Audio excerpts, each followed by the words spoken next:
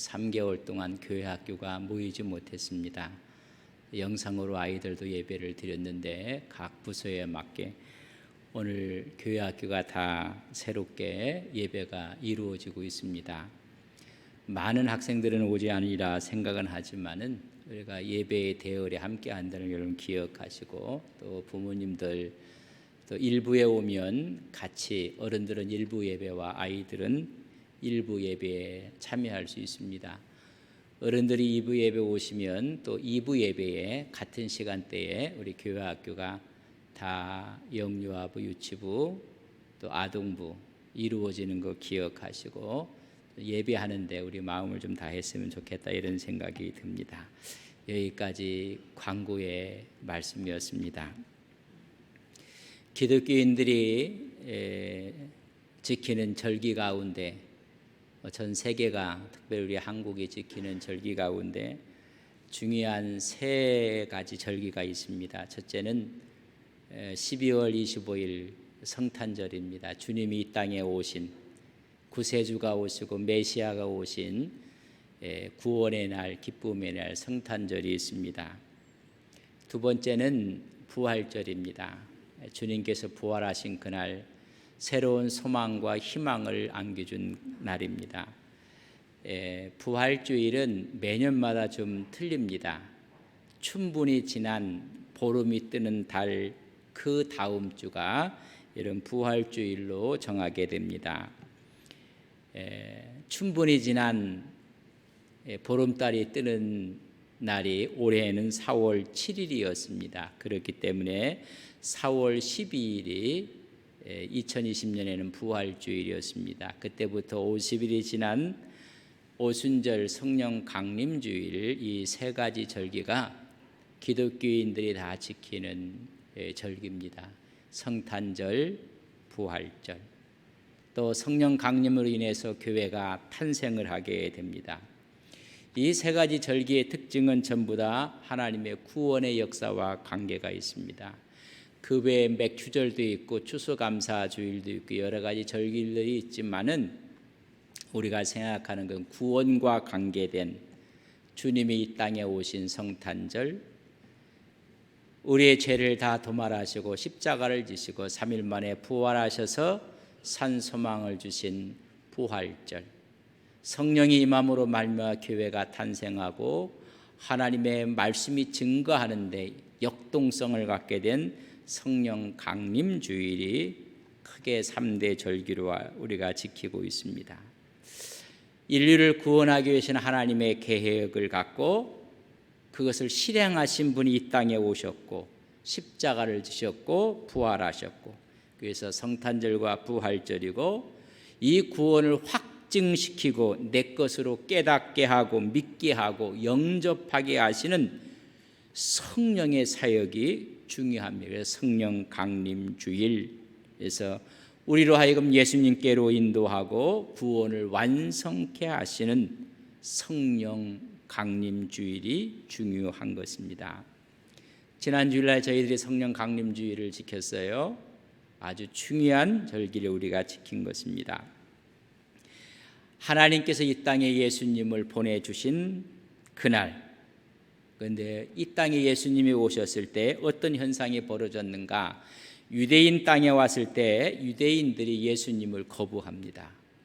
요한복음 1장 11절에 보면 자기 땅에 오매 자기 백성이 영접지 아니하였다 말씀해 주고 있습니다. 하나님이 이 땅을 구원하시기 위해서 메시아 독생성자를 보내주셨는데 거부합니다. 그렇지만 영접하는 사람이 있었다고 요한복음 1장 12절에 말씀하고 있습니다. 영접하는 자, 곧 그 이름을 믿는 자들에게는 하나님의 자녀가 되는 권세를 주셨습니다. 국가적으로 전체적으로 영접하지 아니했지만은 개개인이 영접해서 하나님의 자녀가 되는 권세를 주셨습니다.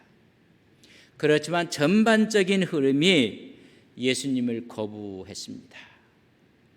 유대인들이 거부하고 종교 지도자들이 거부를 하고 우리 주님을 미워하고 또 죽이려고 모의를 하고 능욕하고 침뱉고 때리고 드디어 십자가에 못 박게 만들고 말았습니다. 그것이 인류를 구원한 구원의 완성의 하나님의 계획이었습니다. 하나님의 계획을 우리 예수님께서 그것을 실천하신 것입니다. 오셨고 십자가를 지셨고 부활하시고 승천하심으로 이 일을 완성하셨습니다. 예수님께서 이 땅에 살아계실 때 그렇게 핍박했던 유대인들, 종교 지도자들, 로마인들이 이제는 그 핍박의 화살을 예수가 아니라 예수를 따르는 사도들에게 화살이 집중이 되게 되었게 됩니다. 그러나 이 엄청난 오류고 잘못인 것을 그들은 모르고 핍박의 화살이 사도들에게 가게 됩니다. 오늘 본문에 있는 말씀이 그 말씀을 이야기하고 있습니다. 실족지 않게 하기 위해서 하나님께서는 이 땅에 성령 보혜사를 보내주신다고 말씀을 하시는 것입니다. 14장 16절에 보면 이렇게 기록되어 있습니다. 내가 아버지께로 구하겠으니 그가 또 다른 보혜사를 너희에게 주사 영원토록 너희와 함께 있게 하시니리. 주님이 함께 하셨는데 주님이 십자가를 지시고 부활하시고 승천하심으로 말미암아 그 자리를 성령을 보내주시겠다고 했습니다. 다른 보혜사를 보내주 영원토록 함께 할 것이다. 그 다른 보혜사가 왔는데 이 보혜사를 14장 17절에 보면 그는 진리의 영이라 그랬습니다. 여러분, 성령을 우리는 진리의 영이라고 합니다. 어떤 분들이 성령을 오해하는 분들이 있어요. 여러분, 능력의 영이라고 하고 전능의 영이라고, 틀린 말은 아니에요. 그러나 그 말을 쓰지 않고 진리의 영으로 썼다는 것을 여러분 꼭 기억하셔야 됩니다. 성령은 진리의 영이라고 했습니다.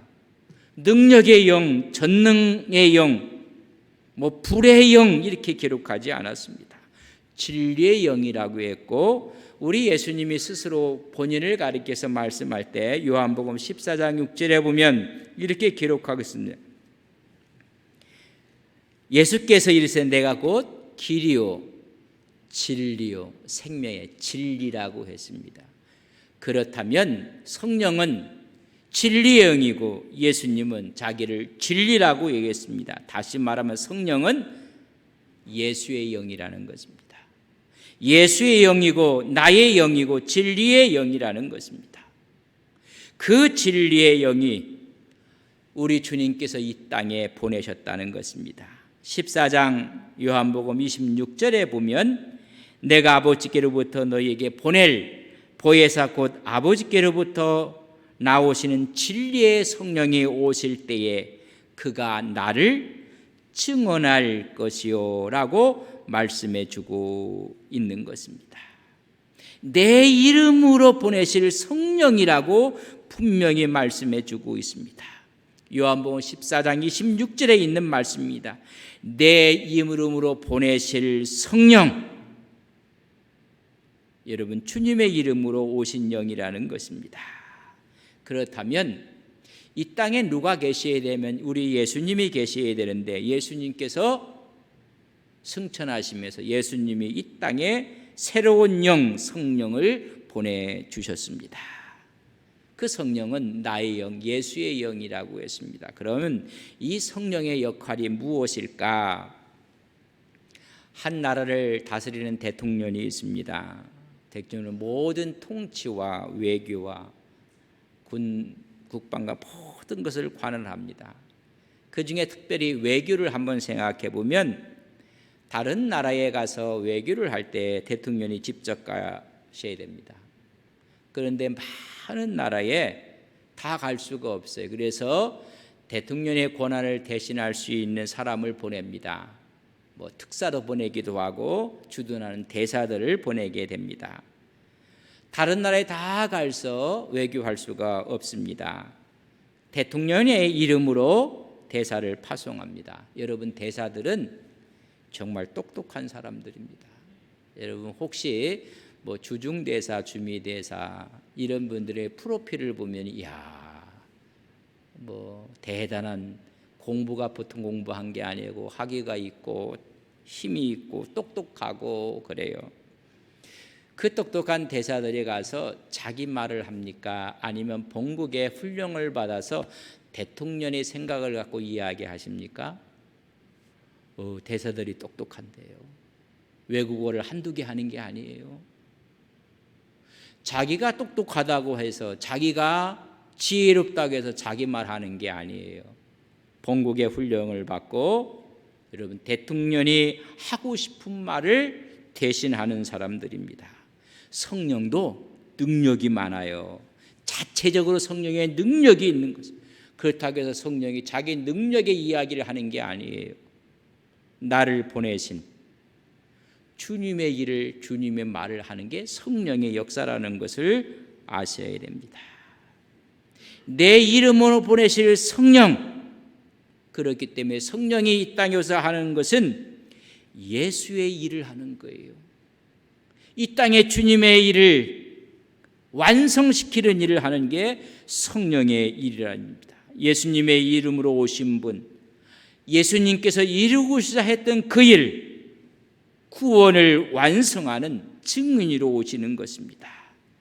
그래서 요한복음 15장 26절에 보면 나를 증언할 것이요, 그 진리의 성령이 오면 말씀, 성령은 예수를 증언하는 거예요. 진리의 성령이 되셔서 예수만이 구원이라는 사실을 증언해 주는 것입니다. 혹시 성령 충만한 사람들을, 또 성령의 능력이 있는 사람을 이렇게 만나는 분들이 있어요. 그러면 만나서 기도도 부탁하고 나의 미래도 어떻게 될 것인가, 그렇게 하면 성령이 충만한 사람 또 눈을 감고 한참 묵상하다가 무슨 점치는 사람들처럼 뭐 이렇게 이야기를 해줘야 위해서, 그리고 지금 만나는 사람하고는 헤어져라, 뭐 이런 얘기도 하고, 또 대학은 이렇게 가라 이야기를 합니다. 그리고 신학교를 가라, 뭐 그 회사가 어려울 것 같으니까 빨리 이렇게 했으면 좋겠다, 미래와 이런 이야기를 하는 것으로 착각할 수도 있다는 것입니다. 그러나 성령의 특별한 첫 번째 의미는 뭐냐면 예수님께 우리를 인도하시는 것입니다.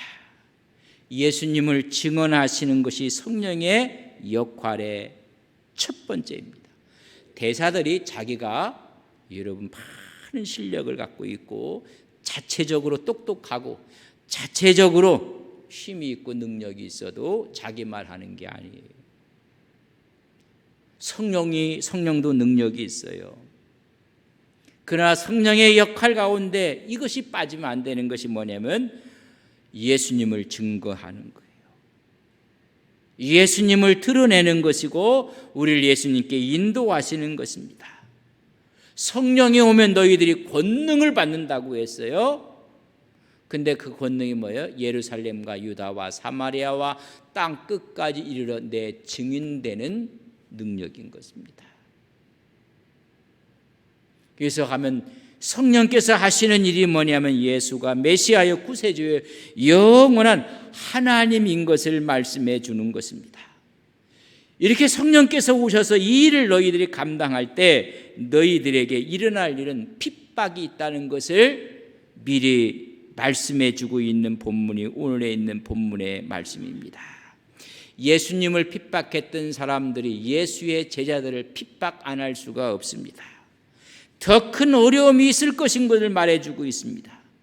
증인의 삶을 살 때 너희들 실족하지 말라고 말씀해 주시면서 성령을 보내주시겠다는 말씀입니다. 1절에 보면 오늘 본문 16장 1절입니다. 내가 이것을 너희에게 이름은 너희로 실족하지 않게 하려 함이라. 예수님도 핍박에 의해서 넘어뜨렸던 그들이 사도들을 어떤 위협과 협박을 동원해서 다 실족하게 만들 것이라는 것입니다.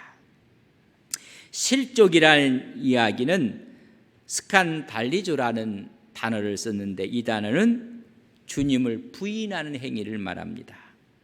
죄를 짓는 행위, 주님을 거부하는 행위를 말합니다. 2세기 초에 초대교회 교리 지침서 디다케가 있는데 이 디다케에서 성도를 두 종류로 구분을 하고 묘사를 했습니다. 첫째는 실족하여 믿음을 잃어버린 자, 실족하여 예수님을 잃어버린 자. 또 하나의 성도는 견디어 믿음을 지킨 자, 예수님을 붙잡은 자. 다시 말하면 실족이라는 이야기는 주님을 부인하는 행위가 일어나게 될 것입니다. 그럼 얼마나 많은 핍박과 박해가 있을 것인가. 2절에 그렇게 기록하고 있어요. 사람들이 너희를 출교시킬 것입니다. 그뿐만이 아니라요, 때가 이르면 물은 너희를 죽이는 자가 생길 텐데 그들은 말하기를 이렇게 출교시키고 오히려 죽이는 것이 하나님을 섬기는 일이라 말할 것이니라. 하나님의 이름으로 출교시키고 하나님의 이름으로 죽이게 될 것이다. 그러나 너희들 예수님 잃어버리지 말라는 것입니다. 출교라는 것은 사실상 죽음을 이야기하는 것입니다. 하나님 백성으로서의 자격을 상실하는 것이고 성도의 교제가 끝나는 것이고 그래서 격리시키는 것입니다. 심지어는 그를 죽이게 될 것이다. 그들은 이런 일을 하면서 우리는 하나님을 섬겼노라. 하나님을 섬기는 것이 출교시키는 것이고 죽이는 것이라고 그들이 그렇게 할 것입니다. 그들은 하나님의 명분을 갖고 이런 일을 할 것이다. 기독교 교회사를 보면 예수님 때문에 피를 흘리고 죽은 순교자들을 5천만 명을 이야기를 해요. 여기까지 있었던 어느 분들은 그 숫자를 더 이상 이야기를 합니다. 피 흘림의 발자취라는 걸 통해 보면 5천만 이상 거의 9천만이 여러분 순교의 피를 흘리게 됩니다. 중세에 얼마나 많은 종교재판일의 사람을 죽였는지 이루 말할 수가 없습니다. 우리 주님께서 떠나시면서 하시는 말씀이 너희들을 출교시킬 것이고 너희들을 죽일 것이다. 왜 이렇게 할 것인가를 3절에 이렇게 말씀했습니다. 3절 말씀을 보면 그들이 이런 일을 할 것은 아버지와 나를 알지 못함이라. 하나님을 알지 못하고 예수님을 알지 못하는 자들이 영적 무지가 이런 엄청난 일을 벌이게 될 것이다. 불의가 선의로 둔갑을 하고 거짓이 진리의 탈을 쓰게 될 것입니다. 영적인 무지로 인해서 엄청난 사람들이 이런 어려움을 당하고 그래서 많은 사람들이 믿지 않는 자리로 내려가게 될 것입니다. 이럴 때 너희들 낙심하지 말게 하기 위해서 내가 이 글을 쓰며 내가 하나님께 먼저 가고 내가 보혜사를 보내주셔서 너희들 실족지 않게 할 것이니라. 이런 일이 있을 것을 내가 미리 이야기를 한다. 그런 이야기입니다. 그리고 이런 일을 기억하라. 나는 나를 보내신 아버지께로 간다. 그 말은 내가 십자가를 지고 구원의 완성의 길을 놓고 내가 아버지께로 갈 것입니다. 그러면서 말씀하시기를 내가 이제 실상을 말할 것입니다. 그 실상을 16장 7절에 보면 그러나 내가 너희에게 실상을 말한다. 이 실상이라는 이야기는 우리가 이렇게 이해를 하시면 사실을 말할 것이다. 내가 진리를 이야기하는데 내가 떠나가는 것이 너희에게 유익이라. 내가 떠나가지 아니하면 보혜사가 너희에게 오시지 아니할 것이요 가면 내가 그를 너희에게 보낼 것이니라. 가셔야 성령이 온다는 것입니다. 내가 떠나가는 것이 너희에게 유익이라 가야 온다는 것입니다. 우리 주님은 이 땅에 오셔서 우리와 함께 하셨습니다. 임마누엘이라고 하셨습니다. 그러나 육체를 입으셨기 때문에 시공간의 제약을 받으셨어요. 임마누엘이지만은 주님과 함께 할 때 주님의 역사하심에 대한 것을 느꼈지만 주님이 다른 마을에 가면 여기는 안 계시는 것입니다. 이렇게 시공간의 제약을 받았던 내가 가야 시공간의 제약을 받지 않는 그분이 오신다는 것입니다. 영으로 임하시는 성령이 오신다는 것입니다. 성령이 오시면 공간의 제약을 받지 않고 역사할 수가 있는 것입니다. 모든 사람의 마음속에 존재하고 실존할 수 있는 내가 가야 그분이 오시느니라. 그분이 오셔서 진리를 말할 것이다.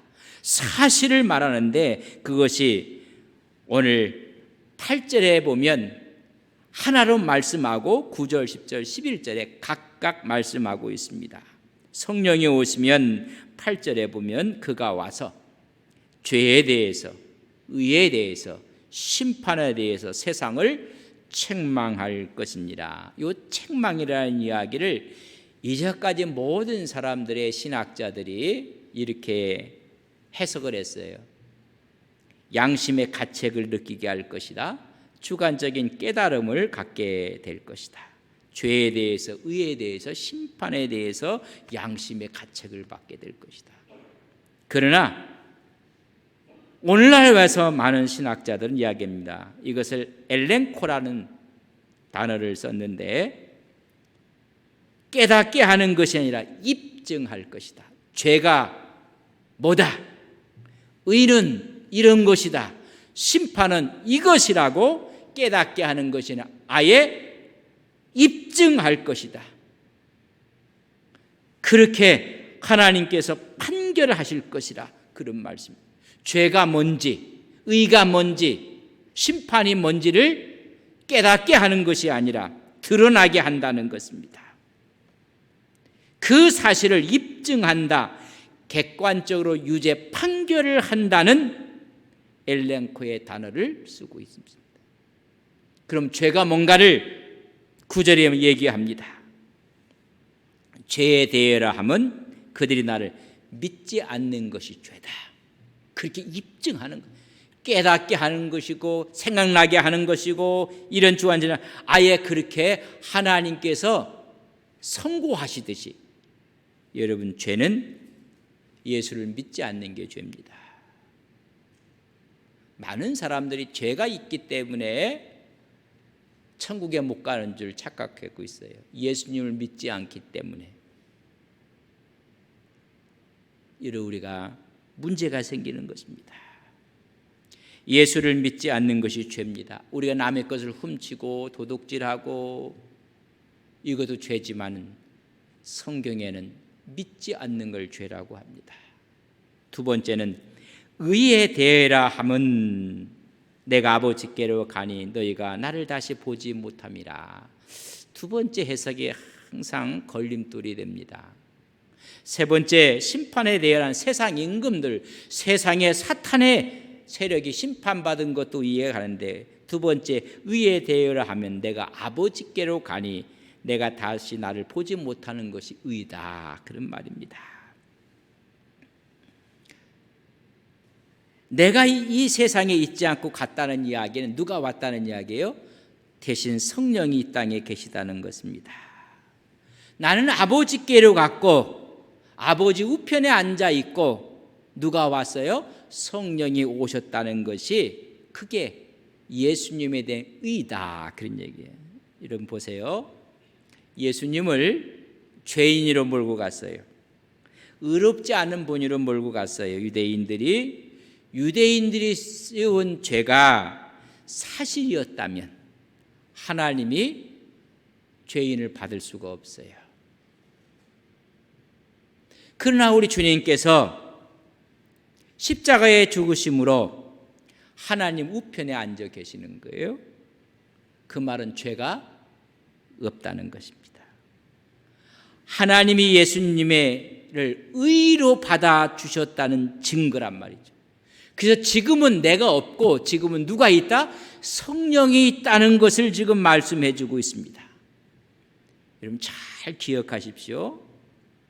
성령은 원래 이 세상에 계셔서는 안 될 분이었다.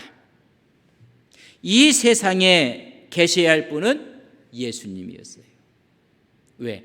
하나님이 예수 그리스도를 독생자를 보내주셨습니다. 그러니까 이곳에 계실 분은 우리 주님이 계셔야 돼요. 근데 주님이 이곳에 안 계시고 이제는 성령이 계신다는 것입니다. 왜 이곳에 안 계시는가? 세상 사람들이 거부했습니다. 받아들이지 않았습니다. 미워하고 내쫓고 십자가에 못 박혀 죽게 만들었습니다. 근데 우리 주님께서는 우리를 고와 같이 버려두지 아니하고 내가 다른 보혜사를 너에게 보내주신다고 했습니다. 주님께서 은혜롭게도 우리에게 성령을 보내주셨습니다. 근데 성령을 보내주신 그분이 어디가 계세요? 유대인들이 종교 지도자들이 죄인이라고 생각했던 그분이 하나님 우편에 계시고 이 땅에 계셔야 할 분이 하나님 우편에 계시고 천상에서 있어야 될 성령 하나님이 이 땅에 오신 이 자체가 그게 의라는 거예요. 만약에 우리 주님께서 돌아가시고 하나님 우편에 안 계셨다면 이건 문제가 심각한 거예요. 그래서 의에 대해서는 내가 아버지께로 갔다는 거예요. 우편에 내가 다시 너희들은 나를 보지 못한 누구를 본다는 거예요? 성령을 보고 있다는 것입니다. 예수 그리스도 이 세상에서 없고 성령이 있다는 이 자체가 이미 우리 주님께서는 의로우심에 대한 증명이라는 거예요. 그러니까 지금 이 시대에는 누구와 함께해요? 성령이 함께 하시는 거예요. 세 번째 이야기합니다. 죄에 대해서 심판에 대해서 이야기합니다. 11절에 보면 심판에 대해라 하면 이 세상 임금이 심판을 받았음이니라. 죄는 예수님을 믿지 않는 거부하는 것이고 의라는 것은 예수님이 하나님 우편에 계시고 성령의 역할이 지금 진행되고 있다는 것이고 심판에 대해서는 주님이 떠나실 때 사탄에게 판결을 집행하고 가셨는데 사탄의 세력, 마귀의 세력을 멸하셨다는 것입니다. 그래서 마귀의 종살이했던 우리가 해방을 얻었다고 히브리서 2장 14절에 말씀해 주고 있습니다. 자녀들은 혈과 육에 속하였음에 그도 또한 같은 모양으로 혈과 육을 함께 지니심은 죽음을 통하여 십자가를 통하여 죽음의 세력을 잡는 자 곧 마귀를 멸하시며 십자가로 통해서 마귀를 심판하셨음을 말씀해 주. 이제는 우리가 종노릇 하지 않는다는 것입니다. 이 사실을 성령께서 입증해 주신다는 것입니다. 다시 말하면 성령의 역할은 우리를 진리 가운데 인도하시는 거예요. 여러분, 인도한다는 건 그분과 동행한다는 것입니다. 그분이 이끄는 대로 따라간다는 것입니다. 여러분, 성령이 이끄는 대로 여러분 가는 것입니다. 진리 대신 예수 그리스도 구원의 길로 가는 게 하신 것이 성령의 역할이에요. 두 번째는 13절에 보면 진리 가운데 있고 장래일을 알려줄 것이라 말씀했습니다. 요 장래일이 여러분 의에 대해서 죄에 대해서 심판에 대해서 다 말씀하시는 거예요. 장래일을 말한다는 것은 많은 분들이 오해하고 있어요. 1년 후에 10년 후에 일어날 일을 이야기한다고 말을 하고 있습니다. 그러나 그 말씀은 듣는 것을 말하며 스스로 말하지 아니하고 듣는 것을 이야기했던 타 에르코 메나라고 썼는데 특별하게 이 말의 뜻은 요한복음 18장 4절에 있는 그 당한 일을 아시고 당한 일일 때 타 에르코 메네 장래일이라는 얘기는 우리 주님께서 당하신 일을 알려주게 하신다는 거예요. 그 당하신 일이 뭐예요? 십자가예요. 그것은 뭐예요? 구원인 것을 알려주고 그분께서 부활하셨어요. 우리에게 새로운 산 소망을 주셨어요. 장래 그분이 할 부활에 대한 소망을 알려주고 우리 예수님께서 승천하셨어요. 존귀하시고 영광의 자리 하나님 우편에 앉아 계세요. 우리가 존귀 영광스러운 자리에 임하게 될 것이고 장래 그분이 재림하실 거예요. 뭐하기 위해서? 심판하시기 위해. 그 위에 천국이 있음을 장래 일을 알려주시는 분이 성령이라는 거예요. 너희들에게 그 십자가가 구원이며 부활이 새로운 소망이며 승천이 존귀와 영광이며 재림이 심판과 함께 영원한 천국 지옥이 있다는 장래 일을 알려줄 것입니다. 누가? 성령이. 그래서 주님께서 죄에 대해서, 의에 대해서, 심판에 대해서 이미 확증하였느니라. 성령께서는 이런 일을 감당하시는 것입니다. 그리고 14절에 보면 그리스도의 영광을 드러내게 될 것입니다. 수많은 사람들이 그리스도를 모욕했지만 성령께서 와서 그리스도를 최상의 자리로 메시아 구세주로 영광을 나타낼 것입니다.